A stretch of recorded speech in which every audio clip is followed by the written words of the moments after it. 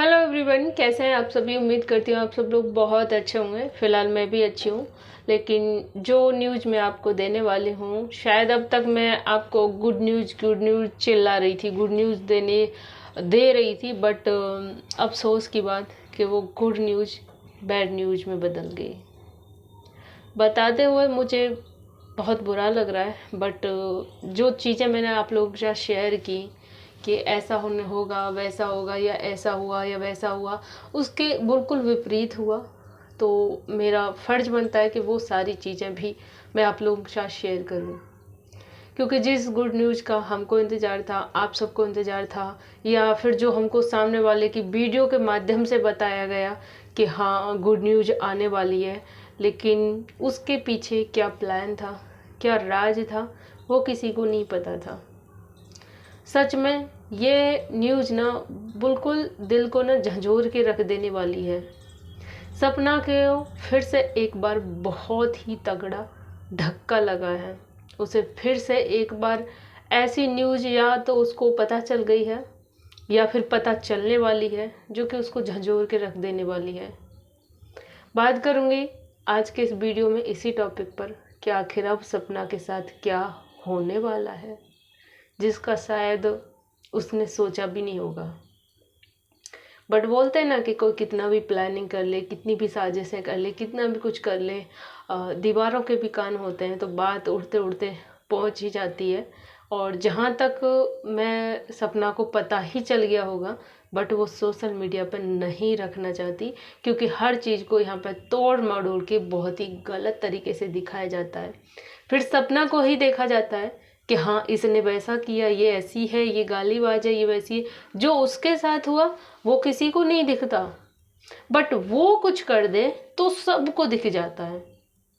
अभी social media पे उसके साथ क्या कुछ हो रहा है, क्या कुछ हुआ है, कितना भी मैटर क्यों ना हो जाए, साला घूम फिर के ना उसी चीज पे पहुंच जाते हैं कि इसने ना अपने पति की रिकॉर्डिंग वायरल करी, देखो अपने पति को गाली दे रही थी।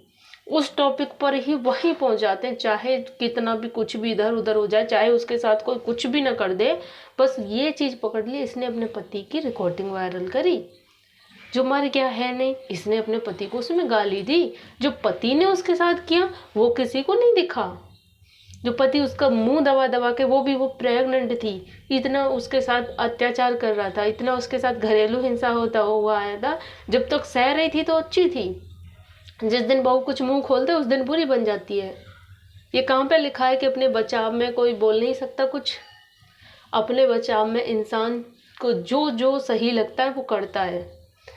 ये कहाँ लिखा है कि सामने वाला हमको, मर्द हो कोई भी हो, सामने वाला हमको 1000 गाली दे दे, हमारी माँ बहन एक कर दे, माँ को, बहन को, भाई को, भाभी को, हमको, कुछ को भी, अपने बच्चे को वो दाव पे लगा के अपने पेट में इस तरह की मार अत्याचार सह रही थी। अपने बचाव में उसने 2 गाली क्या दे दी, वो सब लोगों को दिख गया।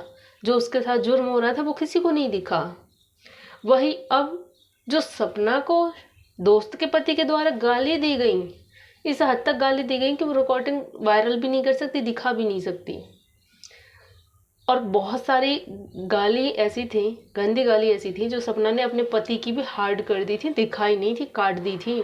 इस लेवल की उसको गाली दी जा रही थी। और अभी वो दोस्त के पति की रिकॉर्डिंग इसलिए नहीं डाल रही क्योंकि उसमें गालियां हैं, जो कि यूट्यूब के कम्युनिटी के गाइडलाइन, जो यूट्यूब के गाइडलाइंस के खिलाफ है। सपना को उस चीज से कोई मतलब नहीं है कि सपना को गालियां पड़ी दोस्त के पति के द्वारा, किसी पराये मर्द के द्वारा, पर सपना ने एक गाली निकाल दी, वो सबको दिख गई। आए, सपना का एक और नया रूप है, इसका ये वाला भी रूप है। सपना जो दिखाती है वैसी है नहीं, ये भी है। अरे यार, जो इंसान की एक सहने की जो सहनशीलता, जो क्षमता होती है ना, वो जब क्रॉस हो जाती है ना, तो इंसान के मुंह से फिर गाली ही निकलती है, चाहे कोई भी हो। और गाली सबको आती है, लेकिन सब अपने मर्यादा में उसमें रहना जानते हैं। लेकिन मर्द लोगों को कुछ अलग ही अपना वो दिखता है कि नहीं, हाँ मर्द कुछ भी कर सकते हैं, मार सकते हैं, कुछ भी कर सकते हैं, औरत ना बोले। एक बात याद रखिएगा, जो लोग ऐसी सोच रखते हैं, जुर्म करना गलत है तो जुर्म सहना भी गलत है। और कोई भी पहली बार में ही जवाब नहीं देता, जब सुनते सुनते, पिटते पिटते, मार खाते खाते, गाली का सब कुछ थक जाता है इंसान, जब पलटवार देता है। और सपना ने जितना सहा कोई भी नहीं सहेगा। दोस्त के पति ने उसको इतनी सारी गाली दी, उसने एक गाली दे दी तो वो गालीबाज हो गई। धन्य हो आप लोग।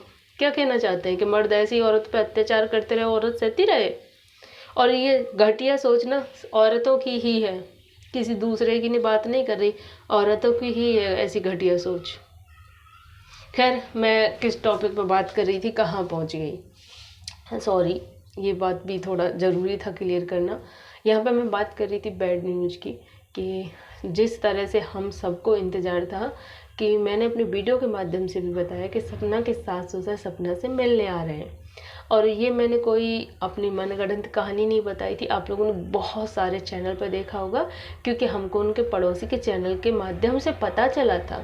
सब लोग बहुत ज़्यादा खुश हुए थे, मैं भी खुश हुई थी, मैंने भी वीडियो बनाई। अच्छी बात है यार, परिवार फिर से एक हो रहा है। हम लोग हमेशा से यही चाहते हैं कि परिवार एक हो जाए, क्योंकि इस परिवार में गिने चुने 2-4 लोग हैं, आपस में मिल के रहें, अच्छा है।